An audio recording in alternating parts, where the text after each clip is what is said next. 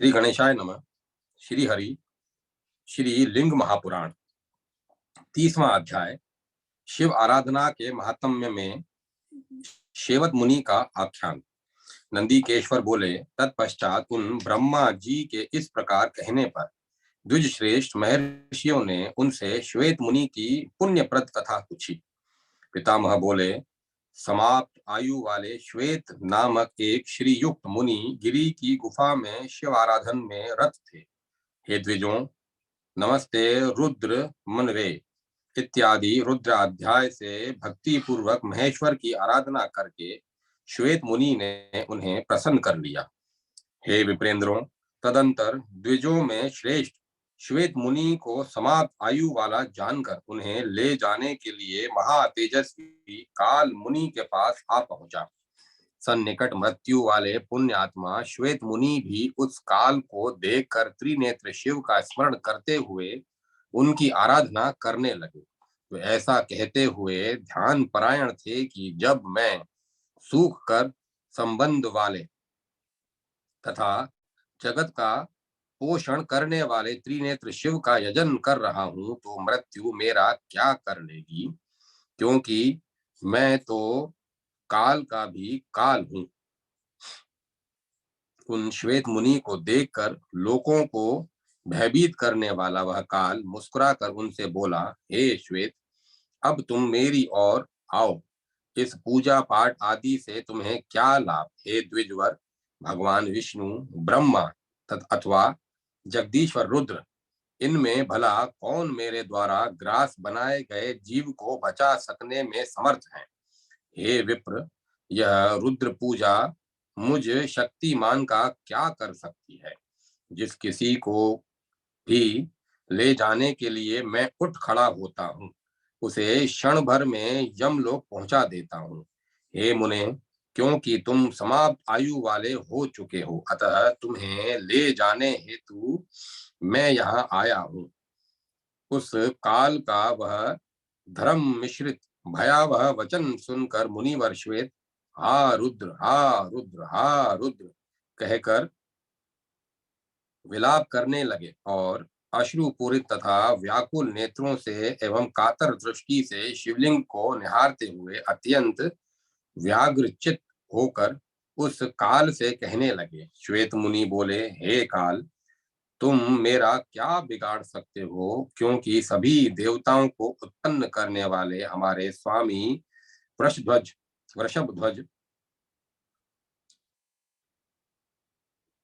शंकर रुद्र इस लिंग में विराजमान है।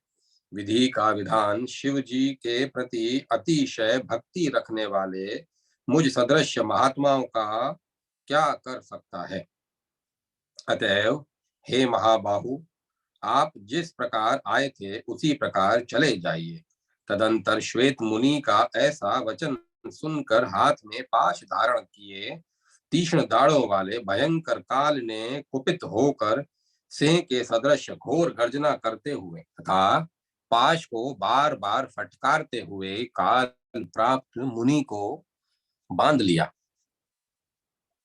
और पुनः उनसे कहा, हे विप्रेश्रे, तुम श्वेत को यमलोक ले जाने के निमित्त मैंने बांध दिया है, किंतु तुम्हारे देवादिदेव रुद्र ने इस समय तुम्हारी क्या सहायता की।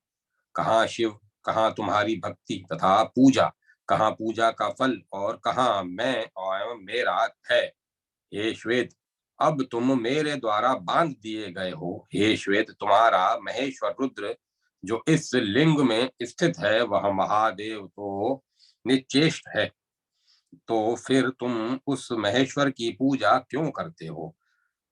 तत्पश्चात मुनि का प्राण हरने के निमित्त आए हुए काल का संहार करने के लिए कामदेव के शत्रु दक्ष यज्ञ के विध्वंसक तथा त्रिनेत्र सदाशिव महादेव शंकर अपने नंदी गणेश्वरों और पार्वती सहित मुस्कुराते हुए शीघ्रता पूर्वक शिवलिंग से साक्षात प्रकट हुए।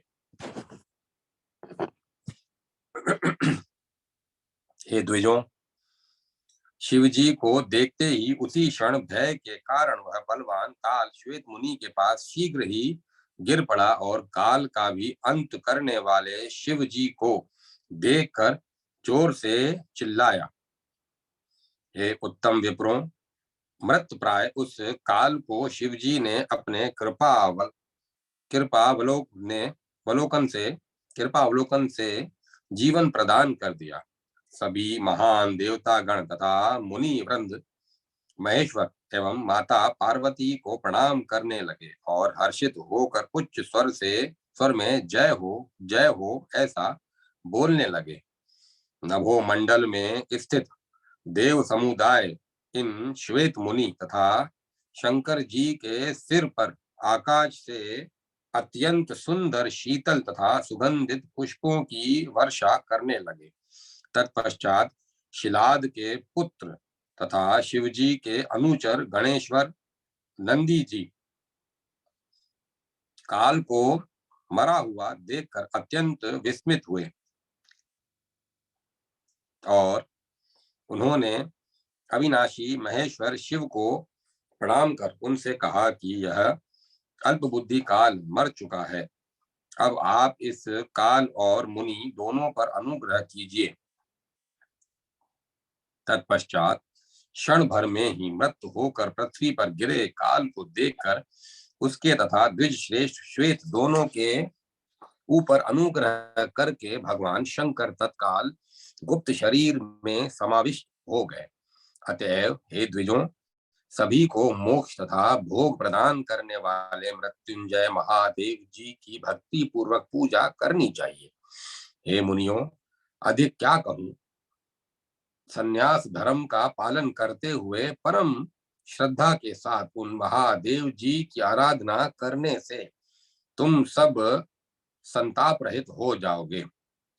नंदीश्वर बोले, हे सनत कुमार जी, तत्पश्चात उन ब्रह्मा के इस प्रकार कहने पर ब्रह्मवेता मुनिगण बोले, हे देव, आप प्रसन्न हो और हमें बताएं कि किस तपस्या, किस यज्ञ अथवा किन व्रतों से पिनाकधारी देवेश्वर रुद्र के प्रति हम लोगों में भक्ति उत्पन्न होगी तथा हम द्विजगण शिव भक्त हो सकेंगे।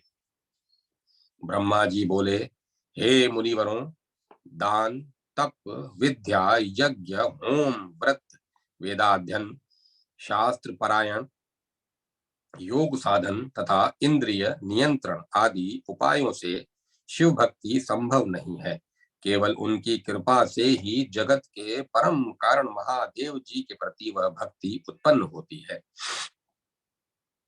इसके बाद उन ब्रह्मा का वचन सुनकर परिशांत हुए उन सभी श्रेष्ठ ऋषियों ने स्त्री तथा पुत्रों सहित ब्रह्मा जी को प्रणाम किया।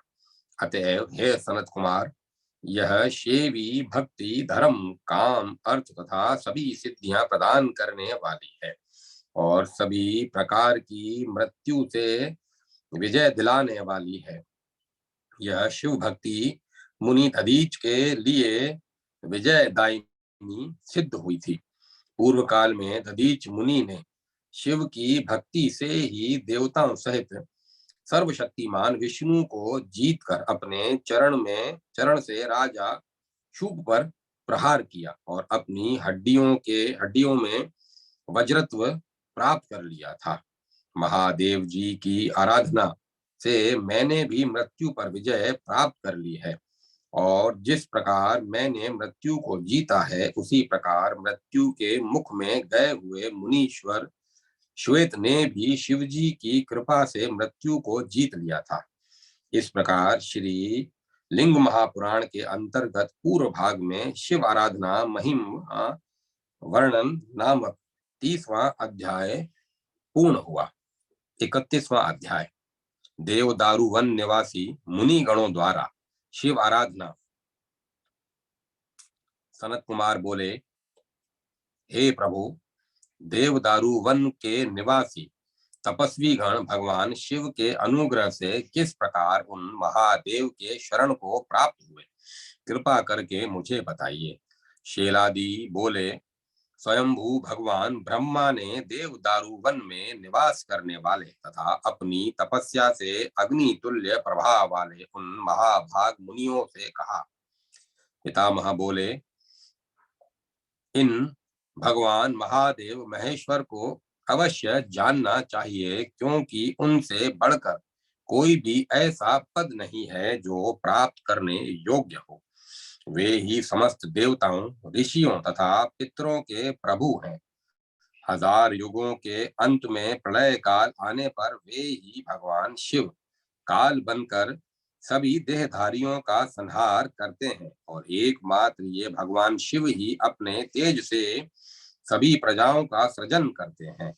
अपने वक्ष स्थल पर श्री चिन्ह धारण करने वाले चक्रधारी विष्णु तथा वज्रधारी इंद्र आदि के रूप में ये शिव ही विराजमान है। ये सतयुग में योगी, त्रेता में यज्ञ स्वरूप, द्वापर में काला अग्नि तथा कलयुग में धर्म केतु नाम से कहे जाते हैं। भगवान रुद्र की ये ही मूर्तियां हैं जिनका पंडित जन ध्यान करते हैं। बाहर से चौकोर और भीतर से अष्टकोण वाले पिंडी का स्थान में व्रताकार दर्शनीय तथा श्रेष्ठ लिंग की विधिवत पूजा करनी चाहिए। तमोगुण रूप अग्नि, रजोगुण रूप ब्रह्म तथा प्रकाश सत्व गुण रूप विष्णु आदि की मूर्तियां एकमात्र इन्हीं शिव की मूर्ति में स्थित कही जाती है। जीव के भीतर समाधि योग से स्थित जो शिव रूप है वही ब्रह्म है। अतएव क्रोध को जीत लेने वाले तथा इंद्रियों को वश में रखने वाले उत्तम विप्रगण विद्वान के अनुसार सभी लक्षणों से युक्त लिंग बनाकर अविनाशी देवादिदेव ईशान एवं सबके स्वामी शिव की आराधना करते हैं। वह लिंग अंगुष्ठ परिमाण के बराबर अत्यंत सुंदर, व्रतुलाकार तथा शास्त्र सम्मत हो। उसका मंडल समान नाभि वाला, अष्ट अथवा षोडश कोणों वाला, पूर्णतः गोलाकार तथा दिव्य होना चाहिए। वह सभी मनोरथों को पूर्ण करने वाला होता है। लिंग की वेदिका उसकी दुगुनी समान तथा शास्त्र सम्मत हो। गौमुखी को उसकी एक तिहाई एवं समस्त लक्षणों से युक्त जानना चाहिए। हे श्रेष्ठ ब्राह्मणों, उसके चारों ओर जौ के परिमाण के बराबर पट्टिका होनी चाहिए। वेदिका का विस्तार चारों ओर तिगुना व्रतुलाकर, त्रिकोण, चौकोर अथवा षटकोण होना चाहिए। सोने का, चांदी का, तांबे का अथवा पाषाण का लिंग बनाना चाहिए। हे द्विजों, इस प्रकार सभी ओर से छिद्र आदि से रहित सुंदर तथा सभी लक्षणों से युक्त लिंग को विधि पूर्वक प्रतिष्ठित करके उसकी वेदी के मध्य में पूजा लक्षणों से समन्वित स्वर्ण सहित पंचा अक्षर मंत्र तथा एवं सघो जात आदि 5 मंत्रों से अभिमंत्रित कलश की स्थापना करनी चाहिए। तत्पश्चात उन्हीं 5 शुभ तथा पवित्र मंत्रों से लिंग का अभिषेक करना चाहिए एवं यथोपलब्ध उपचारों से पूजन करना चाहिए। ऐसा करने से तुम लोग सिद्धि प्राप्त कर लोगे। हे मुनियों, तुम लोग अपने पुत्रों तथा बंधु बांधवों सहित एकाग्र चित्त होकर महादेव जी का पूजन करो और हाथ जोड़कर शूलपाणी की शरण में जाओ। तत्पश्चात तुम लोग असंयत आत्मा वाले लोगों के लिए दुर्लभ दर्शन वाले देवेश शिव का दर्शन प्राप्त कर सकोगे, जिन्हें देखते ही समस्त अज्ञान तथा अधर्म नष्ट हो जाता है। तत्पश्चात अमित तेज वाले ब्रह्मा जी की प्रदक्षिणा करके वे वनवासी मुनि देवदारू वन के लिए प्रस्थित हुए और जैसा ब्रह्मा जी ने कहा था तदनुसार वे महादेव जी की आराधना करने लगे। कुछ मुनि विचित्र प्रकार के स्टंडलों पर, पर्वतों की गुफाओं में, नदियों के पवित्र एवं एकांत तटों पर कुछ मुनि शेवाल पर विराजमान होकर, कुछ मुनि जल के भीतर बैठकर, कोई दर्भशय्या बिछाकर, कोई अपने पैर के अंगूठे के अग्रभाग पर स्थित होकर, कोई दांतों को ही उलूखल बनाकर, उनसे पिसे अन्न को खाकर, कुछ पाषाण पर पीसे अन्न को ही खाकर, कुछ वीरासन में बैठकर, कुछ मृगचर्या परायण होकर, इस प्रकार तपस्या तथा पूजन के द्वारा उन महाबुद्धिमान मुनियों ने समय व्यतीत किया। इस प्रकार उन मुनियों को तप करते हुए 1 वर्ष पूर्ण होने पर, वसंत ऋतु आने पर, परमेश्वर शिव अपनी दया से उन भक्तों पर अनुग्रह करने के निमित्त कृतयुग में हिमालय के उस पर्वत पर स्थित देवदारू वन में प्रसन्नता पूर्वक आए। उस समय वे भस्म धूलि से भूषित शरीर वाले, दिगंबर वेश वाले, विकृत स्वरूप वाले, उन्मुख जलता हुआ काष्ठ धारण किए हुए, व्याघ्र हस्त वाले तथा रक्त पिंगल नेत्रों वाले थे। वे कभी रौद्र रूप में हंसते थे, कभी विस्मित होकर गाते थे, कभी श्रृंगार नृत्य करते थे, तो कभी रोते थे। इस प्रकार इस रूप में वे आश्रमों में बार बार भिक्षा मांगते हुए इधर उधर घूमने फिरने लगे। इस प्रकार की माया रचकर महादेव जी उस वन में आए हुए थे। तदंतर वे सभी महाभाग मुनिगण अपनी स्त्रियों, पुत्रों तथा बंधु बांधवों सहित शुद्ध जल, विविध पुष्प मालाओं, धूप, गंध आदि उपचारों से महादेव जी का एकाग्र चित्त होकर पूजन करके उनकी स्तुति करने लगे। पुनः वे सभी मुनि मधुर वाणी में भगवान शिव से बोले, हे देव देवेश, हम लोगों ने मन, वचन तथा कर्म से जो भी आपके प्रति किया है, वह सब अज्ञानतावश किया है। अतएव आप सभी अपराधों को क्षमा कीजिए। हे हर, आपके चरित्र अत्यंत अद्भुत है, गुण तथा कठिन है। वे चरित्र ब्रह्म आदि देवताओं के लिए भी दुर्गय हैं। हम आपकी अगति तथा गति कुछ भी नहीं जानते और जान पाना संभव भी नहीं है। हे विश्वेश्वर, हे महादेव, आप जो कोई भी हो, आपको नमस्कार है। हम मुनिगण आप देव देव महेश्वर की स्तुति करते हैं। भव, भव्य, भावन तथा उद्भव को नमस्कार है। अनंत बल एवं वीर्य वाले और भूतों के पति को नमस्कार है। जगत के संहार करता, विषंग वर्ण वाले, अव्यय, व्यय, गंगा जल की धारा धारण करने वाले, जगत के आधार, गुणात्मा, त्रयंबक, नेत्र, त्रिनेत्र, उत्तम त्रिशूल धारण करने वाले, कंदर्प स्वरूप तथा अग्नि रूप परमात्मा शिव को नमस्कार है। हाथ में दंड तथा पाश धारण करने वाले काल रूप गणों के पति एवं वृषभ ध्वज शंकर को नमस्कार है। वेद मंत्रों में प्रधान रूप से निरूपित तथा शत जीवा वाले आप शिव को नमस्कार है। हे देव, भूत, भविष्य तथा वर्तमान जो कुछ भी है एवं स्थावर जगम में, यह संपूर्ण जगत आपकी ही देह है, उत्पन्न हुआ, देह से उत्पन्न हुआ है।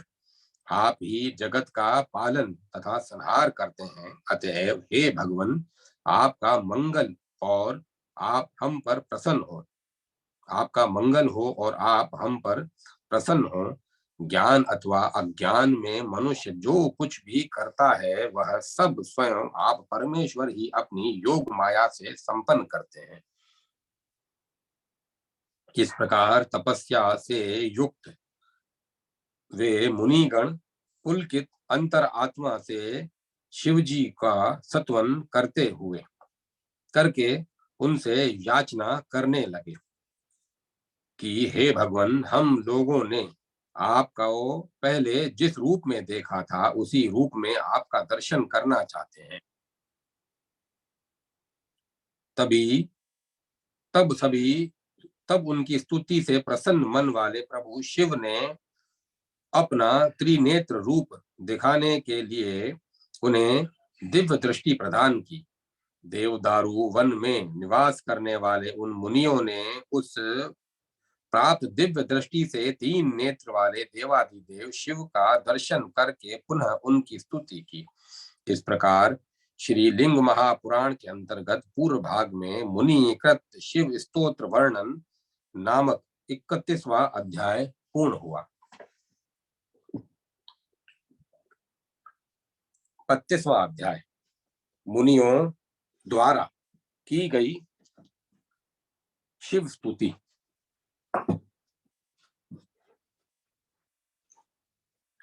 ऋषिगण बोले, दिशाओं को वस्त्र रूप में धारण करने वाले शाश्वत प्रलय के कारण त्रिशूलधारी विकट रूप वाले करल संसार रूपी वृक्ष के लिए कठोर स्वरूप तथा भीषण वदन वाले शिव को नमस्कार है।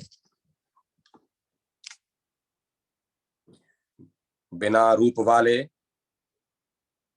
और सुंदर रूप वाले विश्व रूप आपको नमस्कार है। गजानंद रूप स्वाहा करने वाले यजमान रूप रुद्र को नमस्कार है। सभी लोग नमस्कृत देह वाले स्वयं विनीत आत्मा वाले सभी लोगों से नमस्कृत देह वाले स्वयं विनीत आत्मा वाले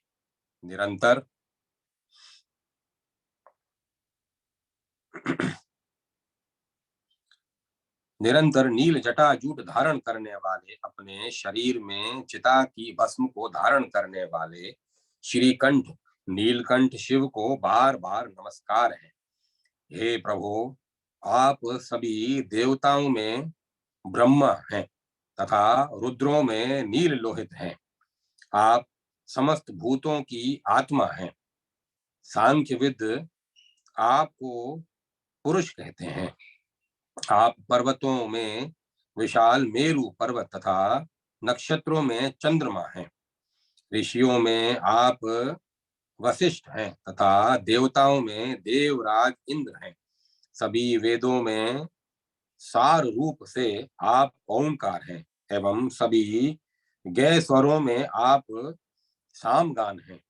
आप परमेश्वर वन्य पशुओं से में सिंह हैं और ग्राम्य पशुओं में आप ऐश्वर्य संपन्न तथा लोक पूज्य वृषभ हैं। हे प्रभु, आप वैसा कीजिए कि आपका जो भी विद्यमान स्वरूप हो उसमें हम ब्रह्मा द्वारा कथित आपके सर्व स्वरूप का दर्शन कर सकें। हे परमेश्वर, आप प्रसन्न होइए। हम यह जानना चाहते हैं कि काम, क्रोध, लोभ, विषाद तथा मद ये पांचों विकार सभी को दग्ध क्यों करते हैं। हे देव, महासंहार उपस्थित होने पर शुद्ध चित्त वाले आप परमेश्वर ने ललाट पर हाथ ग्रसित कर अग्नि उत्पन्न की थी। तब उसी अग्नि की ज्वालाओं से समस्त लोक सभी ओर से आच्छादित हो गए। इसीलिए ये काम, क्रोध, लोभ, मोह, दंभ आदि विशोभात्मक विकृत अग्नियां अग्नि तुल्य ही हैं। इस जगत में जो भी स्थावर जगम जीव एवं पदार्थ है वे सब आप द्वारा उत्पादित अग्नि से दग्ध हो रहे हैं। अतएव हे सुरेश्वर, उस अग्नि से दग्ध हो रहे हम सभी की आप रक्षा कीजिए। हे महेश्वर, हे महाभाग, हे प्रभु, हे शुभ निरीक्षक, आप लोक कल्याण के लिए जीवों को अमृत रूपी जल से सींचते हैं। हे नाथ, आज्ञा कीजिए, हम लोग आपके वचनों का पालन करने के लिए तत्पर हैं। अनंत पदार्थों एवं उनके नाम रूपों के मध्य आप व्याप्त हैं, आपका पार हम पा नहीं सके हैं। हे देवादिदेव, आपको नमस्कार है। इस प्रकार श्री लिंग महापुराण के अंतर्गत पूर्व भाग में शिव स्तुति वर्णन नामक 32वां अध्याय पूर्ण हुआ।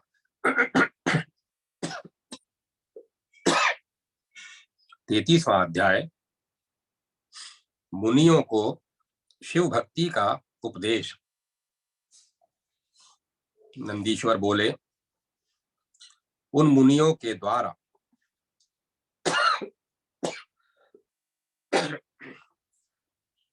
नंदीश्वर बोले, उन मुनियों के द्वारा संस्तुत भगवान महेश्वर उनकी स्तुति सुनकर उनके प्रति अनुग्रहशील होकर अत्यंत प्रसन्न हुए और उनसे यह वचन बोले,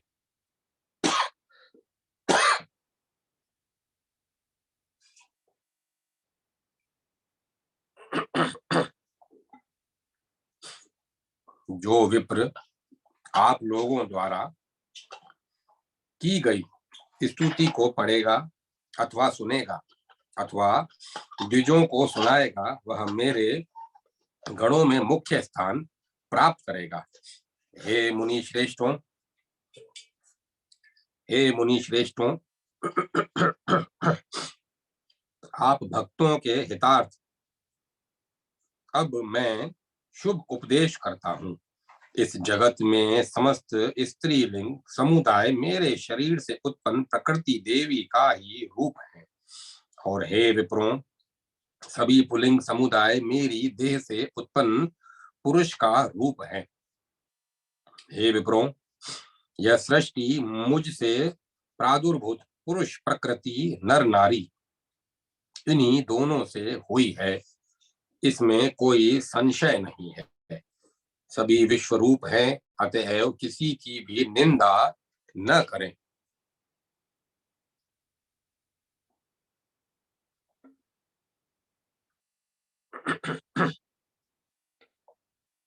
विशेष रूप से मेरी भक्ति में तत्पर उत्तम दिगंबर ब्रह्मविद बाल स्वभाव वाले उन्मत्त तथा चेष्टा रहित यति की तो कभी भी निंदा करनी नहीं करनी चाहिए। भस्म से विभूषित होकर दग्ध पापों वाले इंद्रिय जीत ध्यान परायण नित्य नैष्ठिक ब्रह्मचर्य का पालन करने वाले तथा महादेव जी की भक्ति में तत्पर जो विप्र मन वाणी एवं शरीर से संयत होकर मुझ महादेव जी की यथोक्त रीति से पूजा आराधना करते हैं, वे रुद्रलोक को प्राप्त होते हैं और उनका पुनर्जन्म नहीं होता है। अतएव व्यक्त लिंग वाले शिव का यह पशुपत व्रत परम दिव्य तथा अव्यक्त है। विद्वान मनुष्य को चाहिए कि भस्म धारण किए तथा मुंडित सिर तथा जो शिव रूप व्रती हैं उनकी न तो निंदा करें तथा न तो उनकी बातों का उल्लंघन करें। लोक एवं परलोक में अपना हित चाहने वाले को ऐसे महात्माओं पर न तो हंसना चाहिए और न तो उनके प्रति अप्रिय वचन बोलना चाहिए। जो मनुष्य उनकी निंदा करता है वह मंद बुद्धि साक्षात महादेव की निंदा करता है तथा जो इनकी नित्य पूजा करता है वह महादेव जी की पूजा करता है। इस प्रकार ये महायोगी शिव जी भस्म पूजित भूषित होकर लोक कल्याण की कामना से युग युग में नानाविध क्रीड़ा करते हैं। आप लोग भी ऐसा ही आचरण कीजिए, उससे आप लोगों का कल्याण होगा तथा आप लोग सिद्धि प्राप्त करेंगे। महाभय का नाश करने वाले शिव कथित अतुलनीय तथा परम पद को जानकर उन मुनियों का चित्त सांसारिक लोभ एवं मोह से रहित हो गया और उन्होंने शंकर जी के चरणों पर सिर रखकर प्रणाम किया। इस प्रकार शिव की बातें सुनकर प्रसन्न मन वाले उन मुनियों ने गंध पुष्प तथा कुश से मिश्रित शुद्ध जल से परिपूर्ण विशाल घड़ों से महेश्वर को स्नान कराया और पुनः वे गूढ़ तथा हुंकार युक्त सुंदर स्वरों से महादेव जी का स्तुति गान करने लगे। देवादिदेव महादेव को नमस्कार है। अर्धनारीश्वर तथा सांख्य योग के प्रवर्तक शिव को नमस्कार है।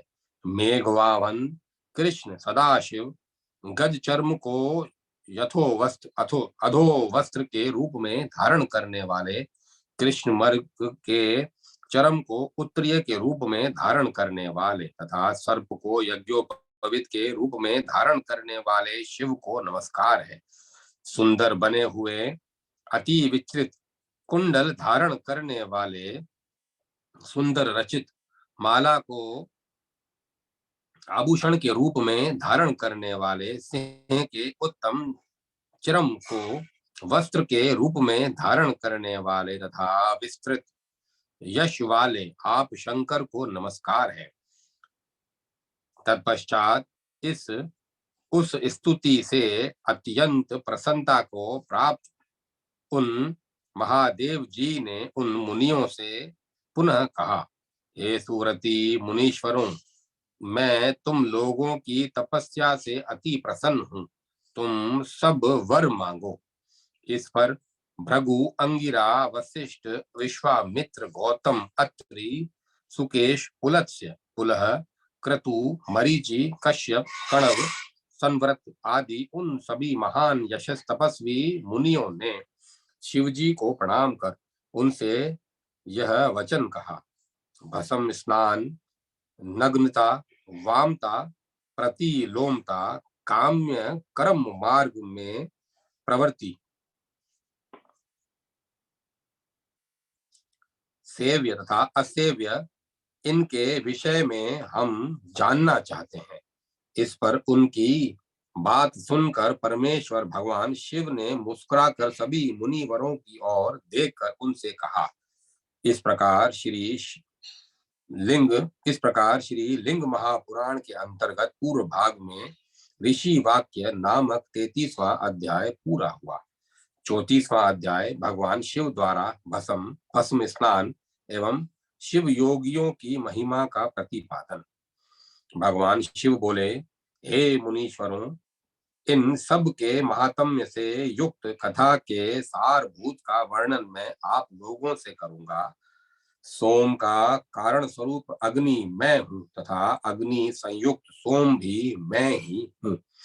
इस लोक भारतवर्ष में रहने के कारण सबके कर्मों का फल अग्नि के द्वारा ही धारण किया जाता है। अग्नि ने इस स्थावर जगम जगत को अनेक बार दग्ध किया है। अग्नि से भस्मीभूत हो जाने से यह संपूर्ण जगत पवित्र तथा उत्तम हो जाता है। उसी भस्म से ओज प्राप्त करके यह सोम प्राणियों को जीवित करता है। जो मनुष्य अग्निहोत्र कार्य संपन्न करके भस्म से त्रियायुष करता है, वह मेरे ओज से समस्त पापों से मुक्त हो जाता है। यह भस्म प्रकाशित करता है, कल्याण संपादित करता है तथा समस्त पापों का नाश करता है। अतएव इसे भस्म कहा जाता है। ऊष्म पुष्म संज्ञक पितर तथा देवता गण चंद्रमा से उत्पन्न कहे गए हैं। स्थावर जगम में यह समस्त जगत अग्नि सोमात्मक है। मैं महान तेज से युक्त अग्नि हूँ तथा ये महिमामयी अम्बा पार्वती सोम स्वरूपा है। प्रकृति के साथ पुरुष रूप में अग्नि सोम दोनों ही हूँ। अतएव हे महाभाग मुनियों, यह भस्म मेरा वीर्य है, ऐसा कहा जाता है। मैं अपने शरीर में अपने वीर्य भस्म को धारण करके अधिष्ठित हूँ और उसी समय से यह भस्म सभी अमंगलों से लोकों की रक्षा करता है तथा इसी भस्म से सुति का ग्रहों की भी रक्षा की जाती है। जो मनुष्य क्रोध तथा इंद्रियों को जीत कर भस्म स्नान करके पवित्र अंतःकरण वाला हो जाता है, वह मेरा सानिध्य प्राप्त कर लेता है एवं पुनर्जन्म से मुक्त हो जाता है। पाशुपत व्रत योग शास्त्र तथा कापिल सांख्य शास्त्र की रचना मैंने ही की। इनमें पाशुपत योग की रचना पहले हुई है, इसीलिए यह उत्तम है। आश्रम संबंधी शेष सभी शास्त्र स्वयंभू ब्रह्मा जी के द्वारा बाद में रचे गए और लज्जा मोह तथा भय से युक्त इस सृष्टि की रचना मैंने ही की है। देवता तथा मुनिगण नग्न ही उत्पन्न होते हैं। लोक में अन्य जो मनुष्य हैं वे भी वस्त्र विहीन अवस्था में उत्पन्न होते हैं। इंद्रियों पर विजय प्राप्त न किए हुए लोग सुंदर वस्त्र धारण करके भी नग्न हैं और इसीलिए इंद्रिय जीत लोग नग्न रहते हुए भी वस्त्र से ढके हुए हैं। इसमें वस्त्र हेतु नहीं माना गया है। क्षमा, धैर्य, अहिंसा, वैराग्य तथा हर तरह से मान अपमान में समानता उत्तम आवरण कहे गए हैं। भस्म स्नान के द्वारा पूरे शरीर में भस्म का अनुलेपन कर मन से शिव जी का ध्यान करना चाहिए। हजारों प्रकार के कुकृत्य करके भी यदि जो कोई मनुष्य भस्म से स्नान करे तो उसके सभी पापों को भस्म उसी प्रकार जला डालता है जिस प्रकार अग्नि अपने तेज से वन को दग्ध कर देता है।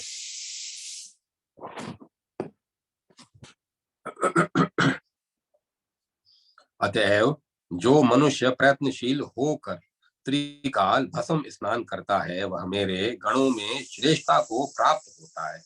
जो लोग उत्तम व्रत धारण करके समस्त यज्ञ संपन्न करके महादेव जी के लीला विग्रह का चिंतन करते हुए उनकी आराधना करते हैं वे अमृतत्व मोक्ष को प्राप्त होते हैं। इसे श्रेष्ठ उत्तर मार्ग कहा गया है।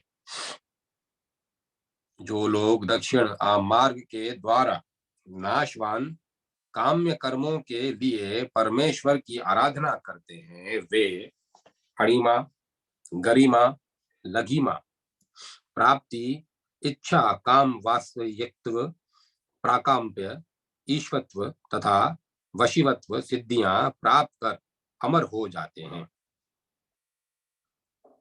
इंद्र आदि सभी देवता भी काम्य व्रत का आश्रय कर परम ऐश्वर्य की प्राप्ति करके अपरिमित तेजस्वी हो गए। मद मोह से शून्य, रागों से मुक्त तथा तम रज आदि विकारों से रहित स्वभाव वाला होकर संसार को परिभूत करने वाले पाशुपत योग को उत्तम जानकर सदा इस पशुपति योग में स्थित रहना चाहिए। सभी इंद्रियों को जीतकर जो मनुष्य पवित्र मन से सभी पापों का नाश करने वाले इस पशुपत योग का ध्यान पूर्वक श्रद्धा भाव से पाठ करता है सभी पातकों से रहित विशुद्ध आत्मा वाला वह प्राणी रुद्रलोक को प्राप्त होता है। महादेव जी का यह वचन सुनकर द्विजों में श्रेष्ठ वशिष्ठ आदि ने सभी मुनि अपने अंगों में पिताभ श्वेत वशिष्ठ आदि वे सभी मुनि अपने अंगों में पिताभ श्वेत भस्म लगाने लगे और इच्छा रहित वे मुनिगण कल्प के अंत में शिव जी के तेज के प्रभाव से रुद्रलोक के लिए प्रस्थित हुए। नंदी कहते हैं, हे सनत कुमार जी, अतः मलिन विकृत रूप संपन्न चाहे जिस रूप में हो, महान योगी की शंका करके उनकी निंदा नहीं करनी चाहिए, अपितु उनकी सदा पूजा करनी चाहिए। अधिक कहने की क्या आवश्यकता।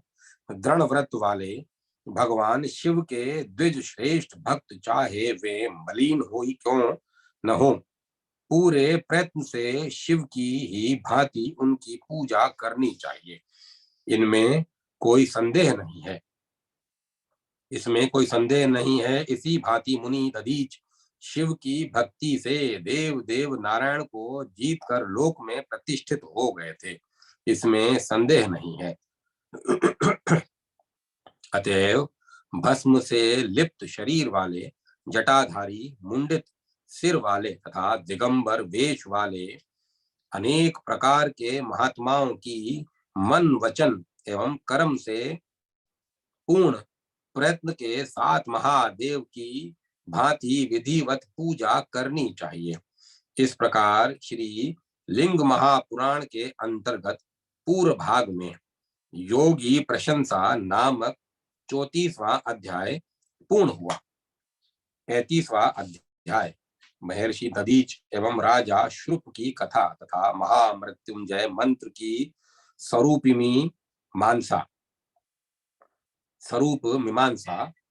सनत कुमार बोले, हे सुवर्त, मुनि दधीच के समर में देव देव नारायण को मुनि दधीच ने समर में देव देव नारायण को जीत कर राजा श्रुप के ऊपर अपने पैर से प्रहार क्यों किया, और वे और उन महा तपस्वी ने महादेव जी से अपनी हड्डियां वज्रतुल्य होने का वरदान किस प्रकार प्राप्त किया, और हे नंदीश्वर, जिस प्रकार आपने मृत्यु पर विजय प्राप्त की है वह भी आप कृपा करके बताइए। नंदी कहते हैं, ब्रह्मा जी के पुत्र महान तेज वाले शुक नामक एक राजा हुए हैं। उन लोकपति शुक की मुनीश्वर दधीच से मित्रता थी।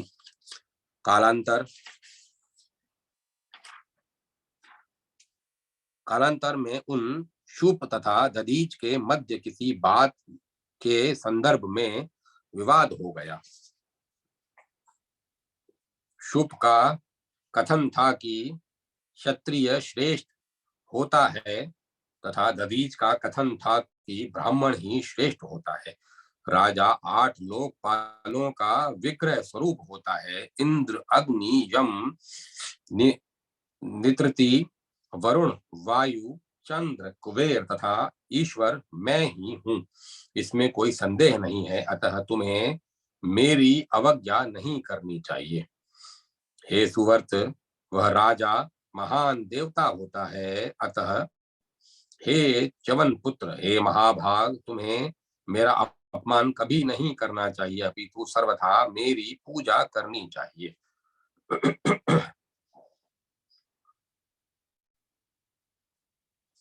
उन शूप का वह वचन सुनकर च्यवन पुत्र मुनि श्रेष्ठ द्विज दधीच ने आत्म गौरव से प्रेरित होकर अपने बाएं हाथ से शुप के सिर पर तेज मुष्टि का प्रहार किया। बलशाली शुप ने भी वज्र से उन दधीच पर प्रहार किया। पूर्व काल में राजा शुप ब्रह्मलोक में ब्रह्मा जी की छींक से उत्पन्न हुए थे।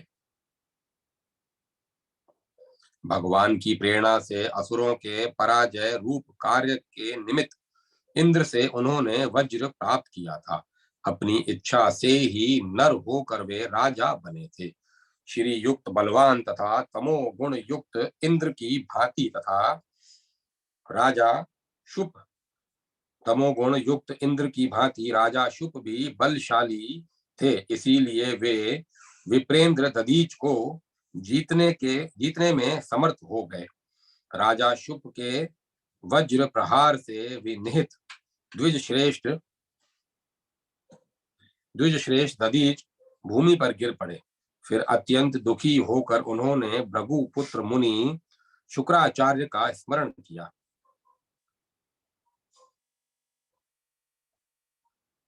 देहधारियों में श्रेष्ठ शुक्राचार्य ने भी वहां पहुंचकर दधीच मुनि के वज्र ताड़ित शरीर को अपने योग बल से यथावत जोड़ दिया।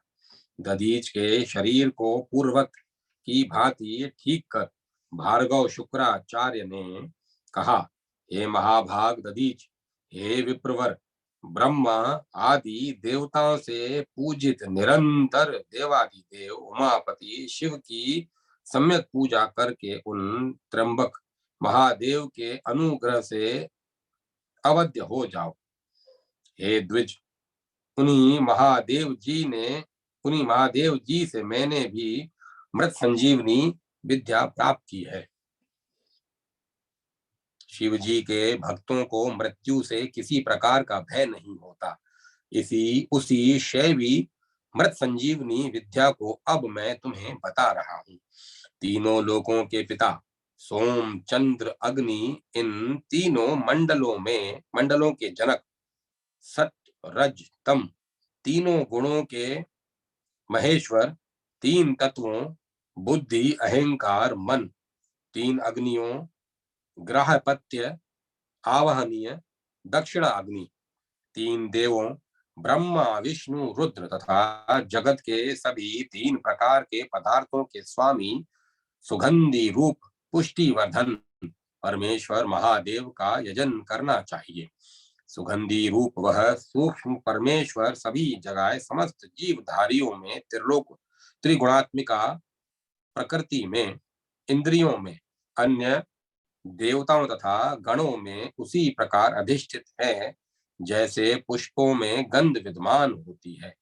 हे द्विज श्रेष्ठ, चूंकि पुरुष रूप परमेश्वर की पुष्टि प्रकृति रूप है, हे सुव्रत, हे महामुने, अतएव वही परमेश्वर महत आदि से लेकर विशेष पर्यंत संपूर्ण जगत प्रपंच विष्णु ब्रह्मा मुनियों तथा इंद्र आदि सभी देवताओं का पुष्टि वर्धन करता है। कर्म तपस्या स्वाध्याय योग तथा ध्यान के द्वारा उन अमृत रूप महादेव का यजन करना चाहिए। जन्म मरण रूप बंधन से मुक्ति प्रदान करने वाले प्रभु शिव इस सत्य के द्वारा जीव को अमृत मृत्यु के पाश से छुटकारा प्रदान करते हैं। सूर्य की किरणों से पककर अपने मूल बंध से स्वयं मुक्त हुए उर्वारुक ककड़ी की भांति वह जीव शिव आराधन के द्वारा सांसारिक बंधन से मुक्त हो जाता है। मैंने शिव जी से ही मृत संजीवनी मंत्र प्राप्त किया है। हे द्विज, जप करने, हवन करने, अभिमंत्रित जल का पान करने तथा दिन रात शिवलिंग के सानिध्य में बैठकर उनका ध्यान करने से मृत्यु का भय नहीं रह जाता। उन शुक्राचार्य का वचन सुनकर मुनि दधीच ने घोर तपस्या करके शिव की आराधना की, जिसके परिणाम स्वरूप उनकी हड्डियां वज्र तुल्य हो गईं। वे अवध्य हो गए तथा उनकी सारी दीनता दूर हो गई। इस प्रकार देवेश्वर शिव की आराधना करके मुनि श्रेष्ठ दधीच ने वज्र के समान हड्डियां हो जाने तथा दूसरों से मारे न जा सकने वाले वरदान प्राप्त कर चेष्टा पूर्वक राजा शुभ के सिर पर अपने चरण मूल से प्रहार किया। इस पर राजा शुभ ने भी अपने वज्र से उनकी छाती पर आघात किया, किंतु भगवान शिव के अनुग्रह से वज्र तुल्य शरीर वाले महात्मा दधीच को वह वज्र विनष्ट करने में समर्थ नहीं हो सका। दधीच का अवध्य उनकी अधीनता तथा उनके तपोबल का प्रभाव देखकर राजा शुभ कमल के सदृश नेत्र वाले उपेंद्र मुकुंद श्री विष्णु की आराधना करने लगे। इस प्रकार श्री लिंग महापुराण के अंतर्गत पूर्व भाग में धर्म पराभव वर्णन नामक 35वां अध्याय समाप्त। अब मैं कथा को विराम देता हूँ।